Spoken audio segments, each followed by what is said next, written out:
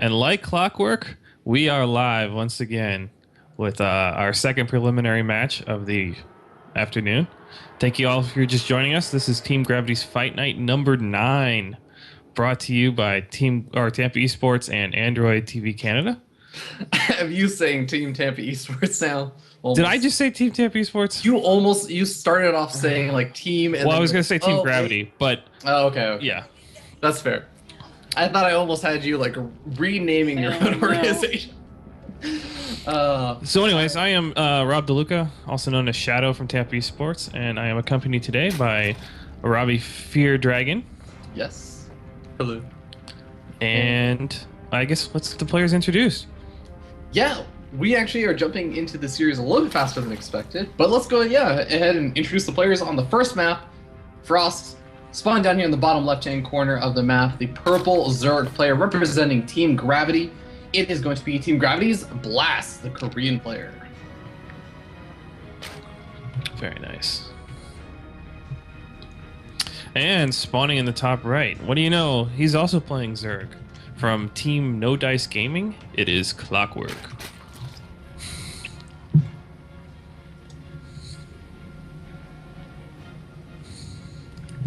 And some of you who are more perceptive and have been around, or maybe you just you've been in the Team Liquid thread for the event, you might be wondering, well, who the hell is Clockwork?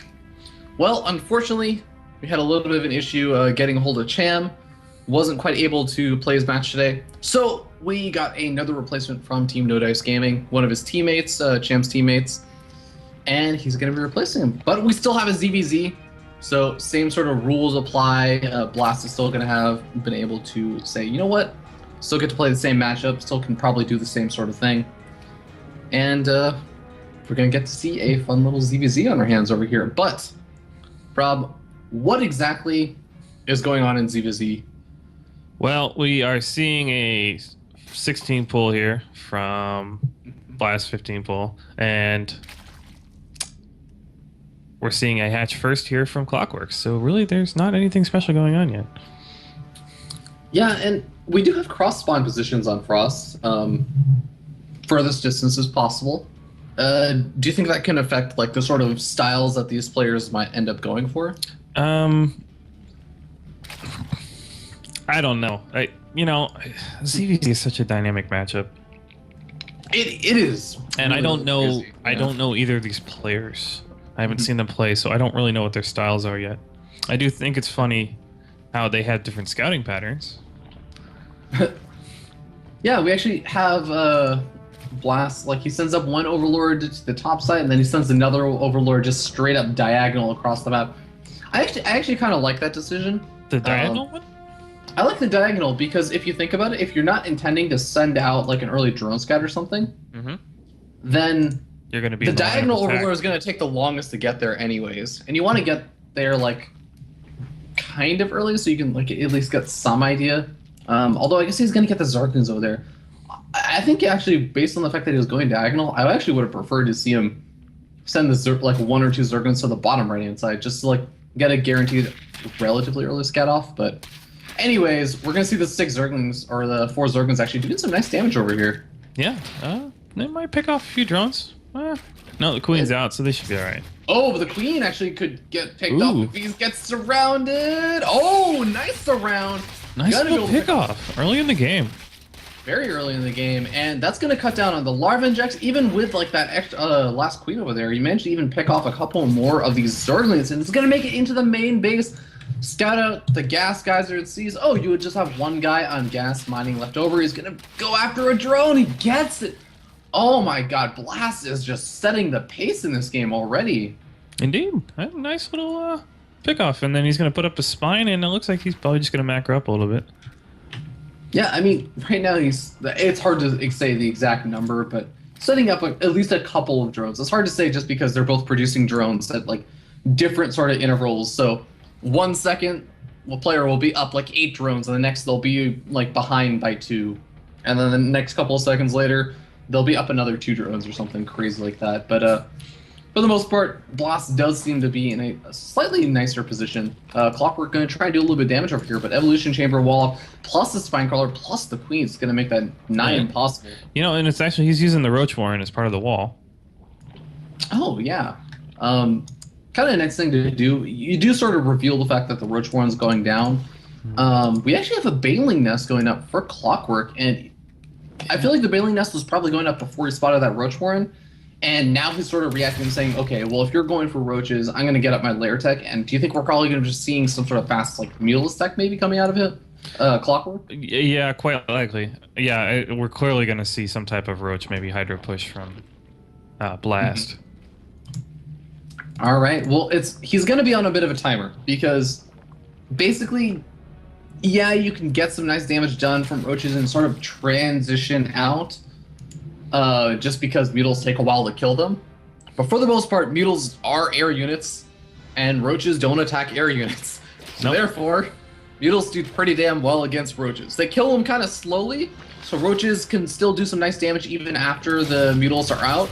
But you're still put on a little bit of a timer to get some nice damage done before the Mutals actually do pop out and are able to kill off all those roaches. So I'm interested to see like how strong this attack from Blast is likely going to be. Yeah, and there's a Spire, so it is going to be Muta versus Roach. And we have 3 Spine Guards also going up for Clockwork, so Clockwork really just going to be throwing those up to try and buy some time. Exactly, yeah. And it's not like going up against a big Zerg like Speedling on or anything where the Spine Crawlers aren't quite as effective. Spine Crawlers do a great job in ZBZ against a lot of those roaches. Yeah, they with their extra damage against armored, they're pretty sick.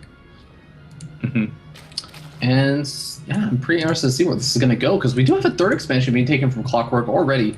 It's going to complement the fact that he needs a lot of gas to get out those Mutals pretty well.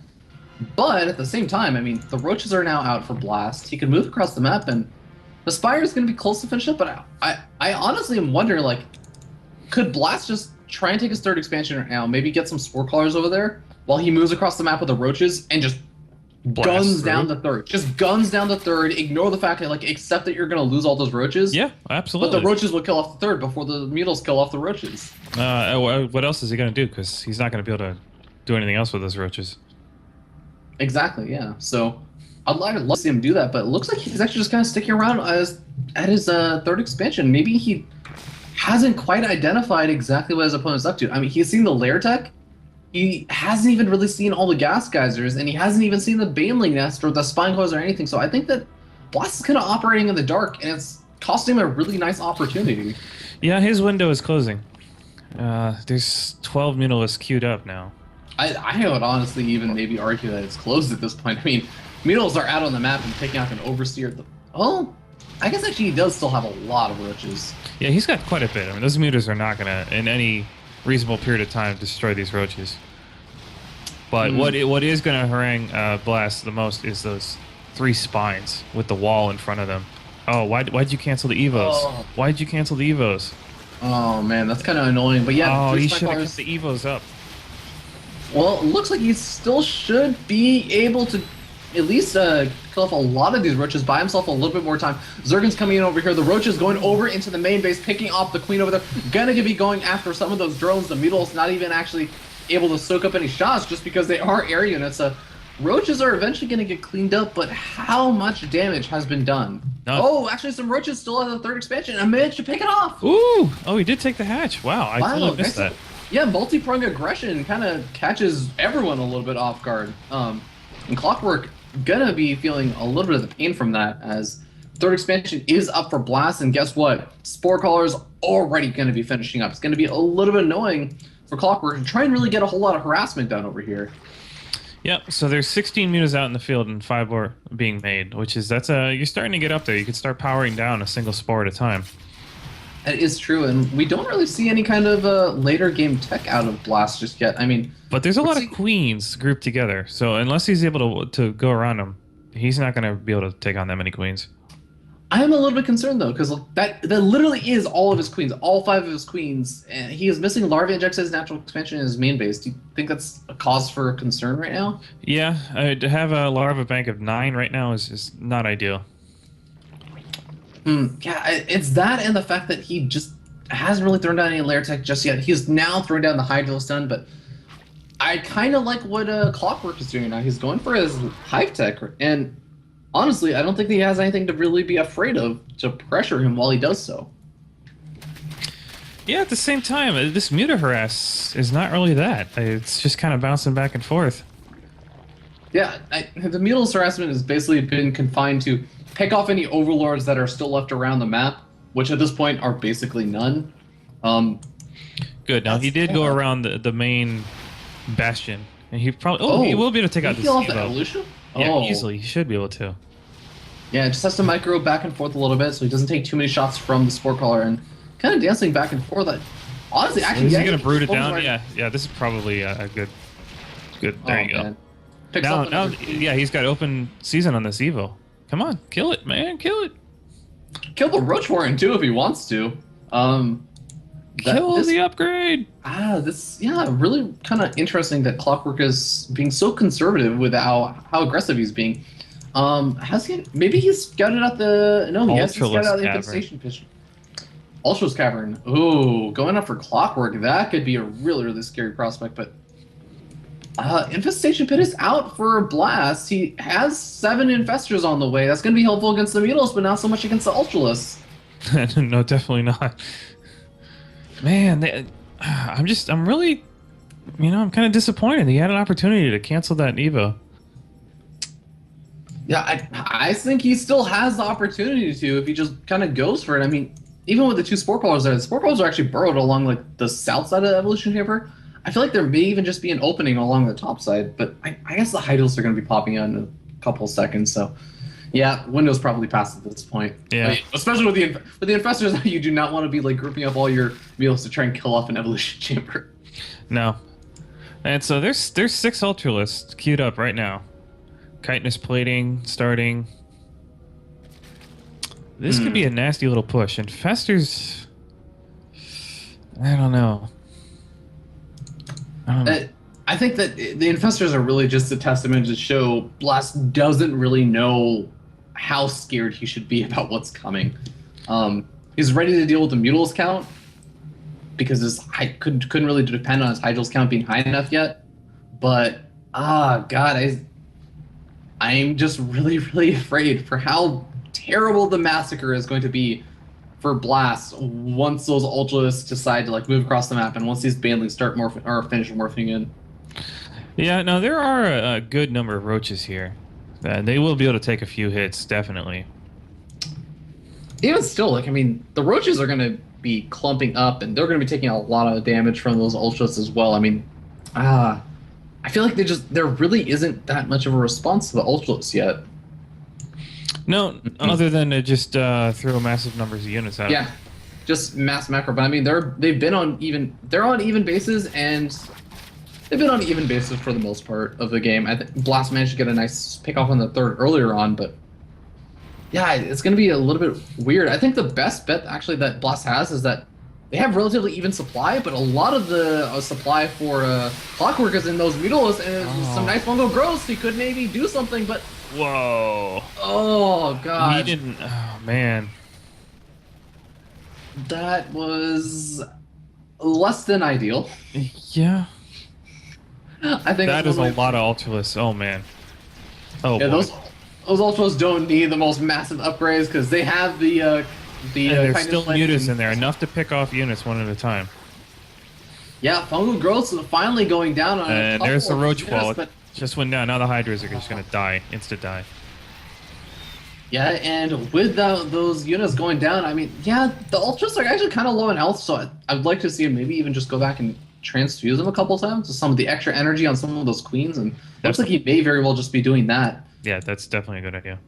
I would also maybe like to see at this point, you killed off a large portion of your opponent's army. Do we have anyone who's a referee if you just say best of 5? Okay. But yeah, if we can get that said, that would be awesome. But regardless, yeah, I don't see Blast being able to take a 4th expansion at any point soon. Whereas I feel like, honestly, Clockwork could take a 4th expansion right now. I'm trying to think of a reason why he shouldn't right now. Yeah, honestly, at the very least, he's managed to secure that. Banelings, this is a roach heavy army now. The Banelings are. Oh, the infestors getting taken out. I mean, yeah, it was a mostly ultraless heavy army at this point, and the mutals aren't really in large numbers. But I mean, with all the hydrals being taken out, and now like all but one of the infestors being taken out as well, like even this kind of count of mutals can actually do some nice damage. Yeah, there's 57 roaches out here. Yeah, this is kind of funny. This is a shooting. This is like a shooting this gallery. is like, you're shooting fish in a barrel. What you're doing is shooting fish in an aquarium here, like an 80,000 gallon aquarium. There's just so many fish to choose from. This is like using a squirt gun right now on a shark. Like, yeah, you're kind of annoying him. I don't know. Maybe you'll get him to like accidentally get water in his eye. I don't even know if that's possible, but it's not really doing a whole lot. But now the ultras are coming in, and these are the harpoons that he needs to just massacre this army. Yeah, folks, this is why you stop making roaches after your opponent has teched up. Yeah, it's been a little bit painful. Don't go all roach is a better statement. Well, he was trying to get at some of the hydras, but I think that he maybe was hoping that he would have a little bit more time. He was trying to take risks to... Or I guess maybe he wasn't taking enough risks, I should say. And he felt like he just needed to get up as many units to try and defend against any kind of big push out immediately. And it just didn't end up happening. He was stuck with all those roaches, and now... Clockwork needs to push in and start dealing some economic damage. Yeah, and once the third expansion goes down, there is not a whole lot left over. There's one more fourth expansion down in the bottom left-hand corner, but a lot of the drones just got picked up. There's some more reinforcing roaches coming in for Blast. He's actually going to be able to push back the Ultralists, it looks like. As the Ultras are really low on health, and Clockwork doesn't really want to lose them. But I want to see more creep from Clockwork. I really do. And I also want to see Queens backing up those Ultralists. Yeah, I think Clockwork's use of the Ultralist has been a little sloppy. For those reasons. He's kind of been allowing them to just get picked off toward the end of the engagements. I don't know. It's sort of interesting. I think one thing I would like to see is Clockwork get up the double upgrades for the melee for the Ultras. I mean, he's using those Ultras consistently. He's getting 5 more Ultras. Yeah, finally he just starts the +2 melee attacks for his Ultras. Like, there's no reason why he shouldn't be getting double upgrades. You have the double evolution chambers. You might as well be using them. Yeah. And he's got the minerals. He needs more queens. What do you think about like the continued use? I feel like Clockwork has got to be replenishing some of these mutals at least. Like I know that he did not have this many mutals like a couple of minutes ago. He's at least gotten a couple more. Yeah, definitely. Because I think he was down to like 8 or something like that before. Yeah, what do you think about that? That's fine, because a few mutalists in there forces the composition of Blast to change, because he can't just go, for instance, all Roach or all Ling, because if there's mutalists there, then he's got no way to defend against key units being picked off by the mutalists. I think if you've already got the Spire up, you've already invested in the mutalists, you should definitely have them as part of your army. If you're not going to harass, at least a threat. Yeah, he even has the +2 air weapons on the Mutal, so it helps take off things just a little bit quicker. It does make sense to kind of continue to make use of the tech that you've already thrown down now. One thing that's also worth noting is the fact that Blast he has this like 5th expansion sitting up at the top side that I don't think has actually been scouted out at all. He's not really using it just yet, but I don't know. Could we see just Blast come in with a massive number of units just because he has the basis to support the making enough units to deal with the fact that he maybe doesn't have the most ideal composition? Well, that's really all he can do is just out macro at this point and just keep trading and trading and trading until he can just brute force down. But oh man, look at how many Ultralists there are. A Baneling nest going up, right? Or I just finished up for Blast. That's kind of interesting. Banelings are useless against Ultralists, folks. If Mutalists against Roaches is a water gun squirting in their eye, Banelings against Ultralists is actually just like giving the Ultralists a haircut. Like, they will thank you for the slight little amount of tingling that you've done. I okay. I was under the impression, Jesus, why does he have 36 banelings? He's just Oh, gonna you know what? go in there and Yeah. destroy buildings. I, Use the Ultimus to deal with the huh. army and just I wonder if actually these banelings are intended for his opponent's banelings. He actually managed to kill off a lot of the banelings, but still, oh a lot of these banelings for Clockwork managed to survive and get some pretty great hits off on a lot of the Hydros. The Ultra's going to come in over here and clean up. And guys, I don't know if there's a coming back from this. yeah, there GG gets was. called. And Clockwork going to be taking game number 1. What a interesting game, and that was a very very quick Ultralisk. It was a very Trans- quick Ultralist, but that was honestly a much longer game than I thought it was going to be after seeing how fast he got up those Ultralists. yeah. But yeah, I mean, pretty well done by Clockwork and finally be able to secure that victory. There were kind of a couple iffy moments on how he was kind of handling some of the stuff, like with the engagements and losing some of those ultras, but I really like the way that he kind of controlled the map. I think you were talking about this earlier with how he just kept that Mutals kind of alive and forced out some sort of response while he just continued to get up the ultras and, you know, get up the upgrades and everything. Just kind of eventually just say, like, look, don't care how many bases you have or like how big your macro is, you can't deal with this with just Roach Hydralisk, and just kind of finally was able to walk over his opponent. Yeah. Yeah, I'm wondering if the banelings from Clockwork, if it was either gonna, if that was an anti-baneling countermeasure, or if he was thinking, you know, he really should be making Zerglings to help deal with these Ultralisks. You know, to tie them up, keep them busy, or run around. I was wondering if he's thinking, oh, I'll use the banelings to deal with a big Zergling push, but I was really surprised that they just kind of got spent on the wall of roaches and against the opponent's banelings, and nothing really happened. Like the banelings, Yeah. I guess my point is the banelings could have been totally removed from that game, and it wouldn't have played out any differently at all. Yeah, that's actually really a pretty good point. Yeah. I don't know. You know, I think that in an ideal world, if you can get like the banelings on top of the Hydralisks, they do pretty well. That's beautiful. Yeah, I mean, they get the extra light damage, but there's that huge roach wall they got to get through first. Yeah, it is sort of interesting how it ends up playing out. But you know what? I kind of like the decision regardless, because it's sort of it's like an insurance. Because even on roaches, like when you have that many banelings, when you have like 30 some banelings, if the roaches are clumped up, like you still do some like good splat, like pretty decent splash damage. Like you instantly take out a lot of the DPS from your opponent. It's kind of, and like, you know what? If you get lucky, you kill off your opponent's Hydralisk Den. If you realize that you're maybe like it's not maybe the best engagement, you maybe just right click on one of the hatcheries and take out your opponent's expansion. Like it's kind of like a nice cover a lot of bases option. I guess that's one way of looking at it, but I think you're right. Like I honestly think that in that situation, the way that it played out, there probably wouldn't have been much of a difference if none of the banelings were there on either side. But you know, this is all going to be. Sorry.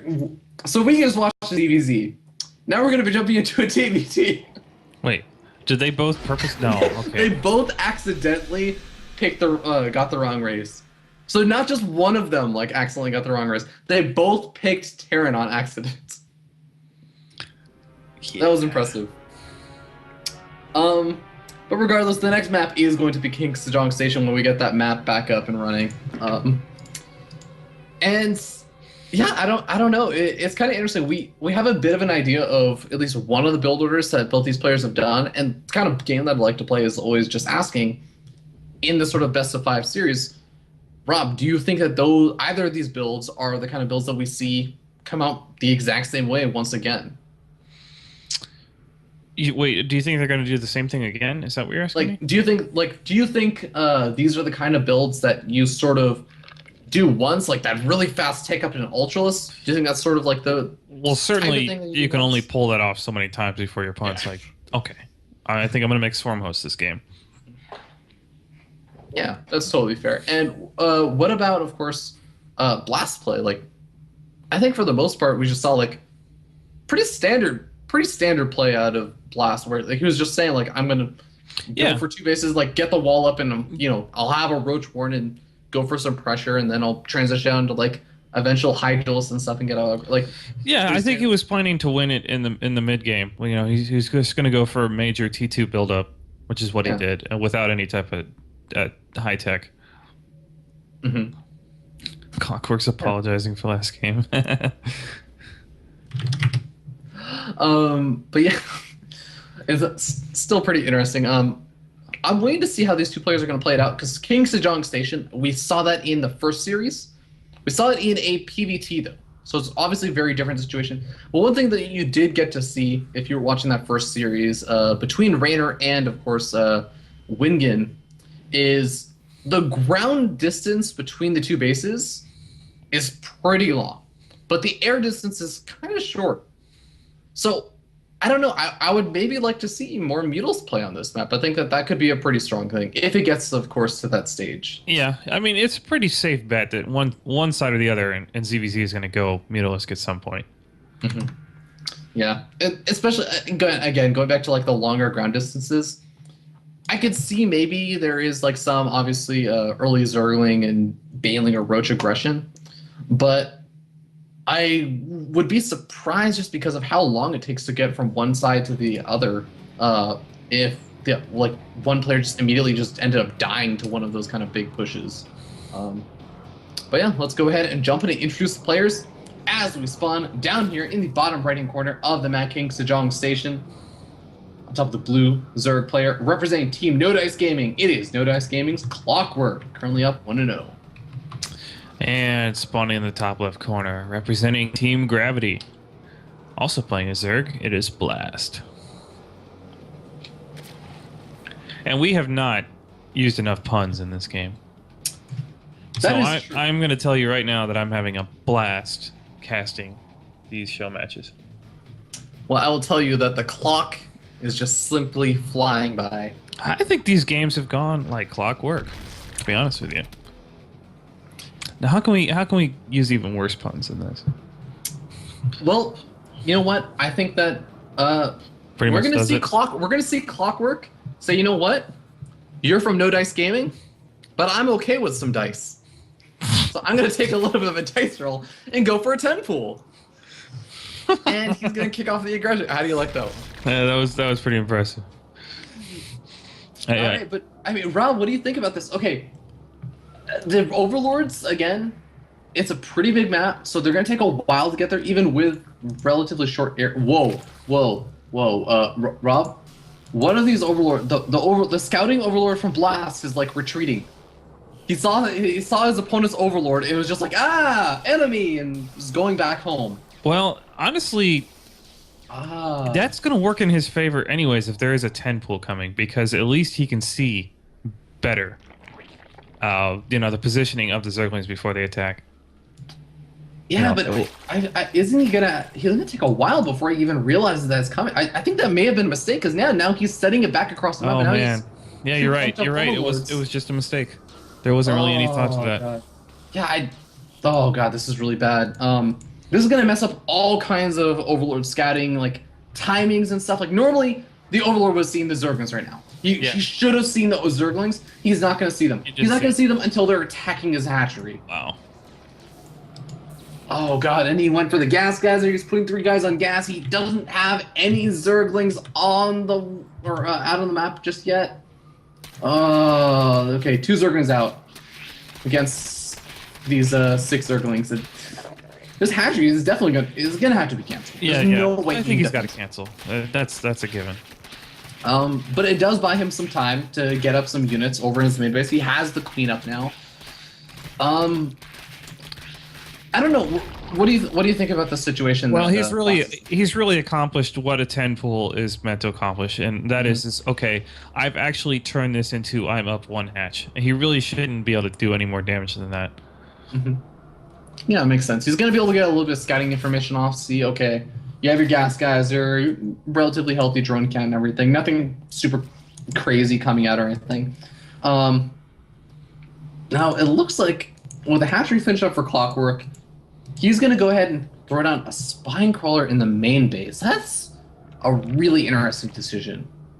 I guess he's concerned about Blast maybe saying like, "Oh man, I'm behind, so let me just go for some kind of big aggression to try and catch up." I don't know. What do No, you think? no, no, no, no. It's a safe thing, especially if he had lost his Zerglings over on the other side of the map, Hmm. which fortunately he Okay. didn't. Huh. So I do you think? honestly, as much as people want to nitpick, you are almost never wrong to put down one spine in a ZVZ. I mean, it's Okay, almost that's fair. never a wrong move. Oh yeah, Maybe it's not it's. optimal, Mhm. but man, that's really hard to nitpick. Yeah, it's making sense now.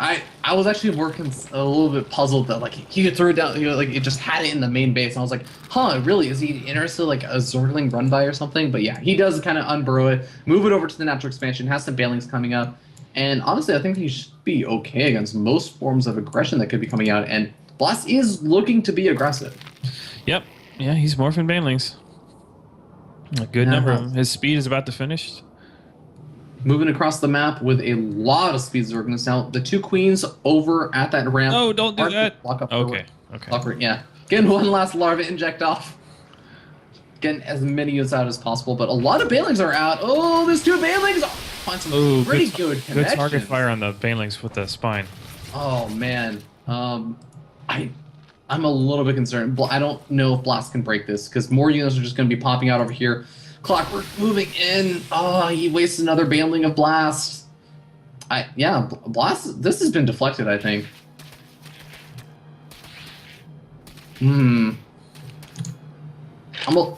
Yeah, this is a little bit of an awkward situation now, but at the end of the day, I do want to note that we actually still have relatively even worker counts. Where do you think this game is going from here? I think it's going to be a lot of back and forth before somebody decides to tech out of it or hatch out of Mhm. it. Okay, that's fair. Yeah, so I that does actually make a good amount of sense where we will see a little bit of back and forth, but Lairtech is actually going up for Clockwork now. Just Yep. off of that one gas geyser, he's now throwing down his second and third gas geysers. No fourth down just yet. Uh, is this probably going to just be a Roach one? Yeah, Roach is probably going to be the cases. Yeah. Very, very rarely do you see a Roach run going down. You don't want to get Roaches. No, no, no. Roaches basically they put a halt to this early game, Baneling versus a single Zergling at a time. Mm-hmm. Dance that occurs in ZVZ so often. Yeah, definitely. Now, we still see Blast. He's staying on his hatchery tech. He's getting up a second gas geyser for now. Oh, nice, Coulter. Coulter managed to use Clockwork, Blast, and Gravity all in one sentence. Wow. I think the Zerglings are running clockwise and having a blast on that map with low gravity. Nice. That is impressive. I think the only thing that he missed out on was a no dice gaming reference. Well, But I'll forgive him. That's Coulter's an amazing guy. He's actually a foreign commentator. But all right, looking at this game, it's kind of that back and forth that you were talking about before. Zergling's kind of poking in at the front over here for Clockwork, seeing okay, I can't really do too much damage over there. Retreating back, and I don't know. Do you see third expansions probably coming down sometime soon? Well, it has to. That is usually what happens. That's how you win. Is you get the third hatch down and you hold it before the opponent. I mean, that's not always how you win in the ZVZ, but it's usually a defining moment. Yeah, that's definitely worth noting. One other thing that's worth noting is the fact that, I mean, we've had this layer tech done for Clockwork for quite a while at this point, and he is getting up that Galileo reconstitution. Only just now is that layer finally starting up for Blast, and I don't know, do you think that could play a big factor in how this engagement ends up going? No, I'm not really seeing any. I'm not seeing the scales imbalance in either direction really yet. Okay, that's fair. Now, a couple of Banlings and Zerglings poking around over here for Blast at the front of Clockwork, but Clockwork, with those Roaches, will be able to push all of that back. The Roach count is actually pretty high over here for both of the players, 16 to 16. Yeah, so the Dead even. engagements are going to be pretty much dead even. Yep. Third expansion going down for Blast. Will he be able to defend it? With the defender's advantage, I feel like he should have no problem defending this. Yeah, okay, yeah. I was going to say Clockwork had the potential for a better concave, but then all of his units clumped to the very last second, so that's over. Yeah. The art of getting nice. Oh, actually, big Baneling is going down on those rushes, getting some nice damage in there, and kind of, I guess, tilting the favor in favor of Blast. I don't. Well, ooh, that's a good concave. No, Oh no, yeah. ooh, that backfired. Well, this is a very interesting Yeah, he engagement. pushed in, and that. Oh man. I mean, right now, Clockwork actually has like a larger number of roaches out on the map right now. A lot of them are still kind of being rallied across the map, and he tries to push in over there. Doesn't quite manage to get in, but he's going to be able to go after this third expansion, and with a higher roach count, it's going to be very, very difficult for Blast to defend. It's going to be impossible for Blast to defend. Yeah, and now he should just get his third hatch down and just secure his position. Yeah, a really close game, I have to say. Like, everything's sort of being decided by very, very small and subtle factors. Yep. All right. Well, have a couple upgrades going up for both these players. Looks like the +1 missile attacks and Gliller Reconstitution finally going down for Blast. Oh, that's actually kind of key. Clockwork's missile 2 is going to finish before Blast missile 1. Huh. Yeah, it's going to be a good 15 to 20 seconds ahead. Talk about a timing window. 30 seconds. Especially with a greater unit count. This could, holy cow. This could be actually, good. Actually, you know what? They're going to finish up around the exact same time. Okay. Yeah, but then the point is he's still up and upgrade. Yeah, that actually could play a really nice factor into this next engagement. Blast he's building up his roach count over on the other side of the map and looking like he wants to be aggressive. Is he going to be able to make anything happen? Burrow's actually on the way, and it's going to be finishing up soon, but there is an overseer with the army for Blast, so we should be prepared for that. 50 versus 28 roaches. Oh, yeah, that's... I don't know about you, Rob, but... What are you waiting for, Clockwork? You want to have 80 roaches? I don't know, maybe he's concerned about like a counterattack coming in, so he wanted to like make sure his third expansion finally got established. And I don't know. He's got his overlords are positioned such that he can see the full composition. Yeah, that's true. I don't know, but he is finally going across the map. Yeah, and he's obviously scouted. He's got twice as many roaches, pretty much. There's no infestors on the other side. He's got an upgrade advantage. Yeah. The only thing he could do wrong is run up a little ramp. Looks like Blast actually is just going to try and buy himself a little bit of time, going around, playing a little bit of ring around the rosy. This is not actually merry-go-round. This is actually amazingly cool time buyer. That was a very smart move. And he literally just bought himself an extra like 30, 40 seconds. And Clockwork is maxed out. Like, he's not getting any larger of an army at this point anymore. Why did the Colossus fall over? Because it was imbalanced. Oh, the joke. All right. Well, here we're going to see the big engagement, and Clockwork is again up that one or +2 weapons upgrade. Yeah, slaughter. And has an overwhelming number of roaches, regardless of the fact that that little ring around was able to be done. So a nice play from Blast, but it doesn't look like he's going to be able to save him. He's going to end up losing all of his roaches, and GG gets called. Clockwork going to be going up 2-0. And I don't know. It was kind of a... I said this earlier on. It's like a subtle game where a lot of smaller decisions kind of ended up shifting things in favor of one player or the other.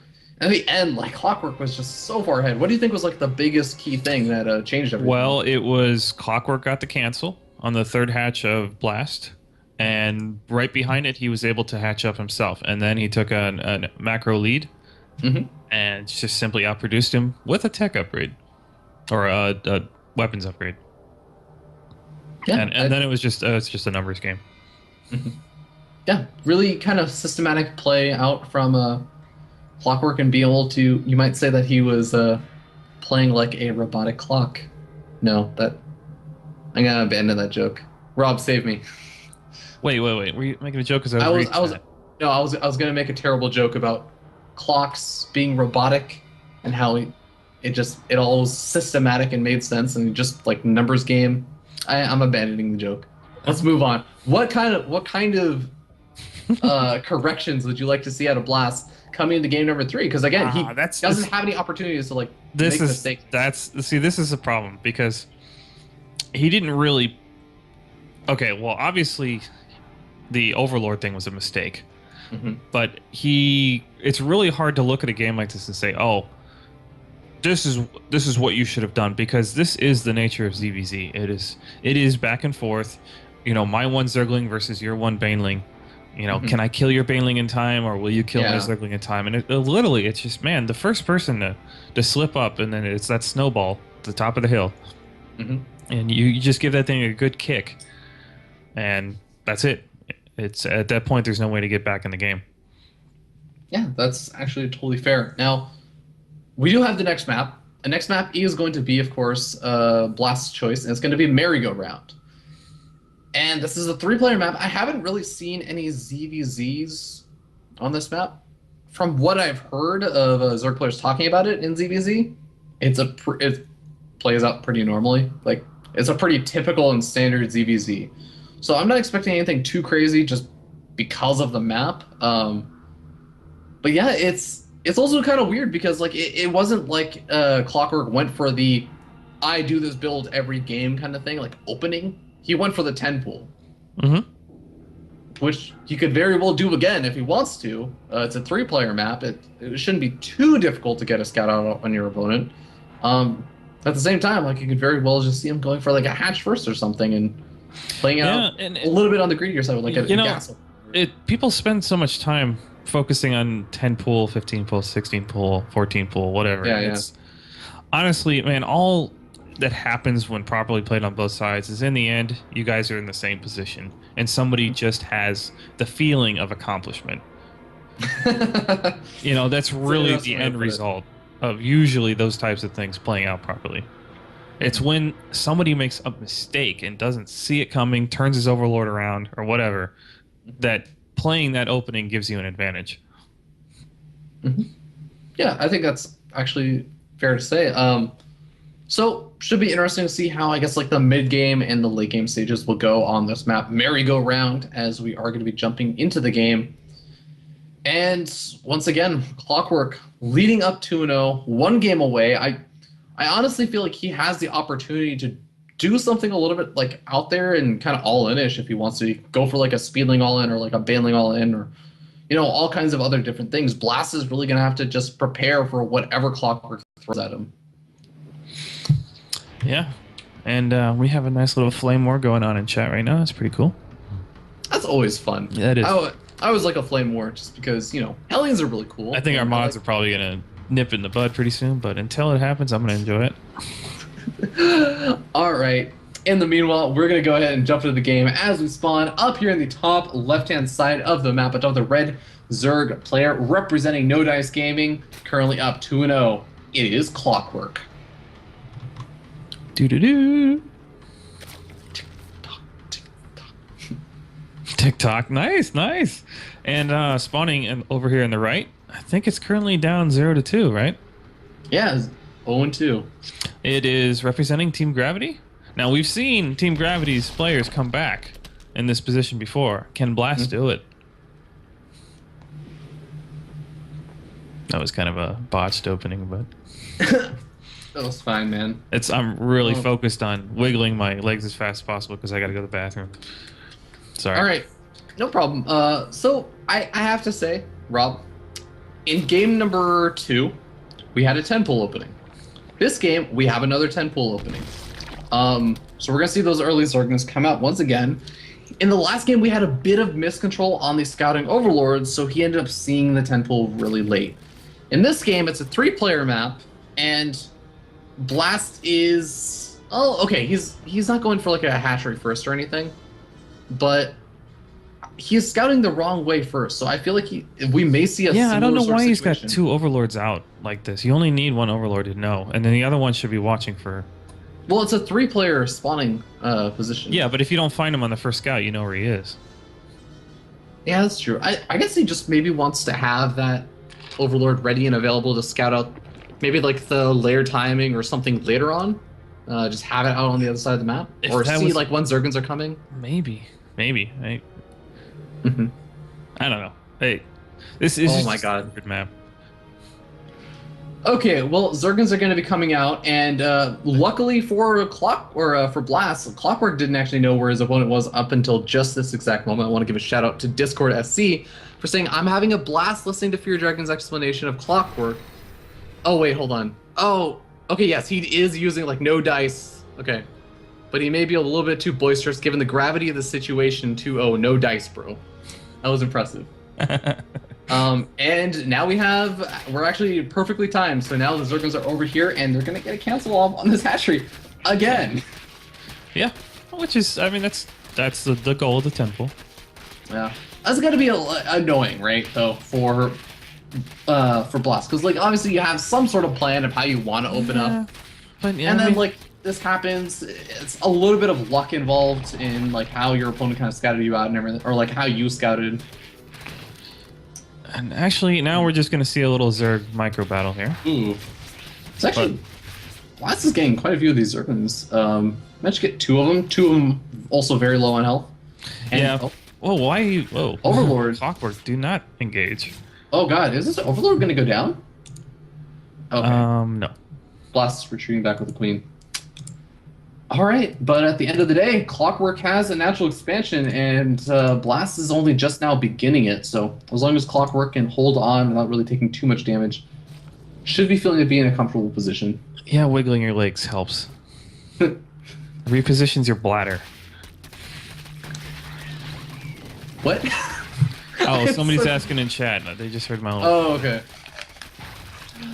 Good to know, but it looks like actually Clockwork with some nice little Ling micro does manage to come out ahead, but a couple more Zergons do pop out for Blast. Blast actually really keying in on the aggression. He has 10 more Zergons on the way, still has a lot of Zergons moving across the map.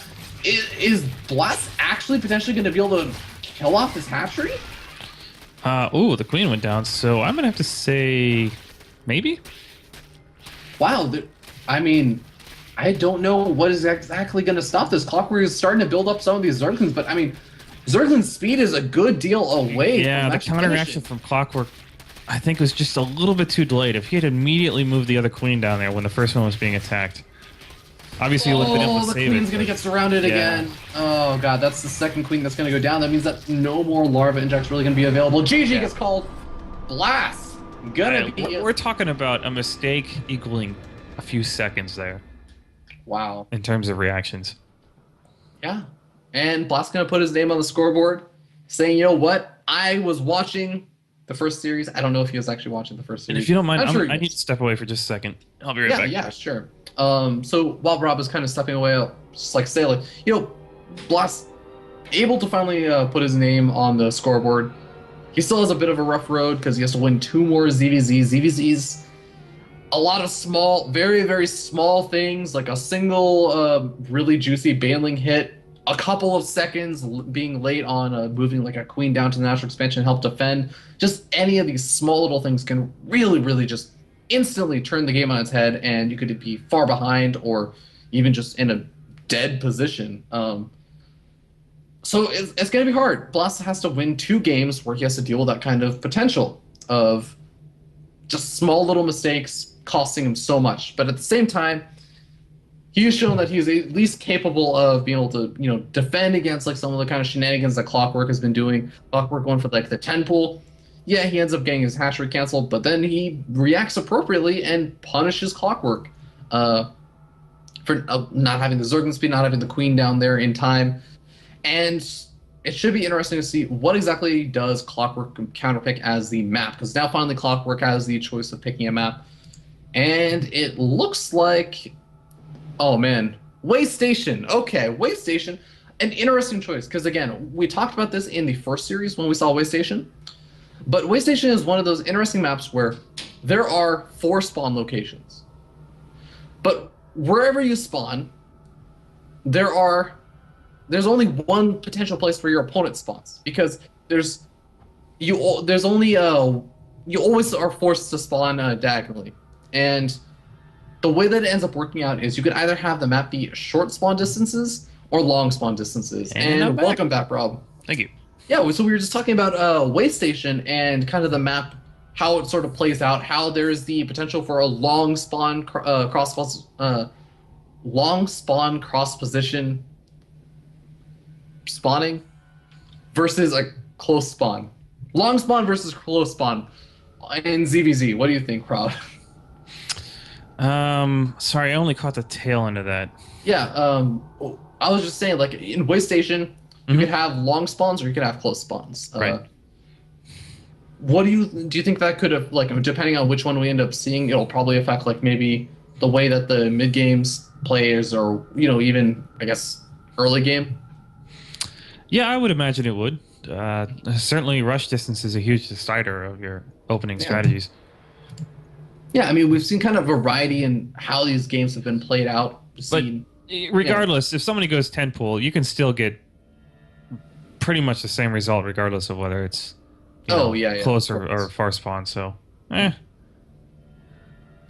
yeah, it's sort of interesting. I think that it's going to be cool to see how it shapes up in the mid game, because I think the mid game is where we've seen the most variety between these two players. I mean, in game number 1, we saw like the really fast like taking up to Ultralist after the Mutals play and everything. I guess that's more late game, but still, the Mutals play versus like the Roach play and everything, while taking a third behind the Mutalist. We've also seen like early Zergling bailing aggression and all that kind of stuff. We've seen early 10 pools and stuff with transitioning out into mass speedlings. So I mean, all kinds of different possibilities. Should be interesting to see how these players sort of play out the map based on the spawn positions. Yeah. And yeah, I guess while we're waiting for the map to load, big shout out to our sponsors. It's going to be, of course, Canada or Android .tv Canada, AndroidCanada.tv. It's Android Canada and TV. Definitely go check them out and check out the Team Gravity website. You can get a little free not free promotion code, but a discount code over on the Team Gravity website for them. And of course, also check out Tampa Esports. But we're going to be spawning in the game now, as we spawn down here in the bottom right-hand corner of the map. Way Station on top of the blue Zerg player representing Team Gravity, and looking for the comeback, it is going to be Blast.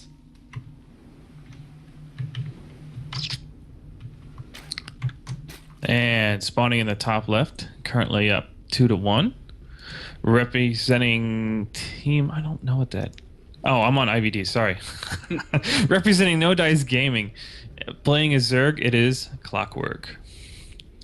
I was looking at Curran's clan tag, and I was like, wait, what? I was looking over the top, whatever. So anyways, apparently we just embarrassed Coulter by speaking his joke out loud. Yes, it has been permanently recorded, Coulter. Congratulations. We'll probably make a highlight reel of that. It's going to be exported to YouTube. We're going to put it on Twitch, Showmatch, or not Showmatch. With subtitles in Spanish and English. And Korean, just to increase exposure. Make sure Blast can appreciate it. All right, so both are going for delayed hatch openings. Or, excuse me, delayed pool openings, excuse me. They're going hatch first.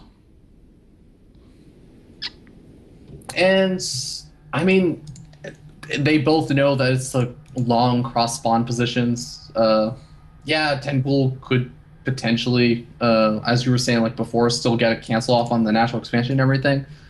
But still, I kind of like this decision. It just sort of sets them up not to go for like those sort of super duper early pools. It sets them up for that mid game. We might see a nice macro game here where both sides build up to 200 and then the whole map explodes. That would be really interesting. Now, one thing I would love to see is how exactly do you think like the expansion locations end up going after or actually even just around a third, because there's 2 potential third locations. Yeah. I don't know. What would you like to see? Like, depending, even based on like different sorts of styles. Well, it's going to depend, in my opinion, on how well the person creeps and in which direction they creep. I mean, if their creep pattern is up, then obviously that's the direction they're going to expand. That's really all it comes down to is which direction are you creeping. Yeah. Otherwise, I think it's just a roll of the dice. I think it's also worth noting that Blast has sort of been the one that has been creeping in this matchup. Clockwork, not so much. Even after going for a sort of like ultraless Zergling composition that you'd think like he's being aggressive with those in game number one. You'd think that he would want to be spreading that creep and getting it over to the other side of the map. Yeah, generally is. I mean, in ZVZ, you can make the argument that creep is not as important, and that's true.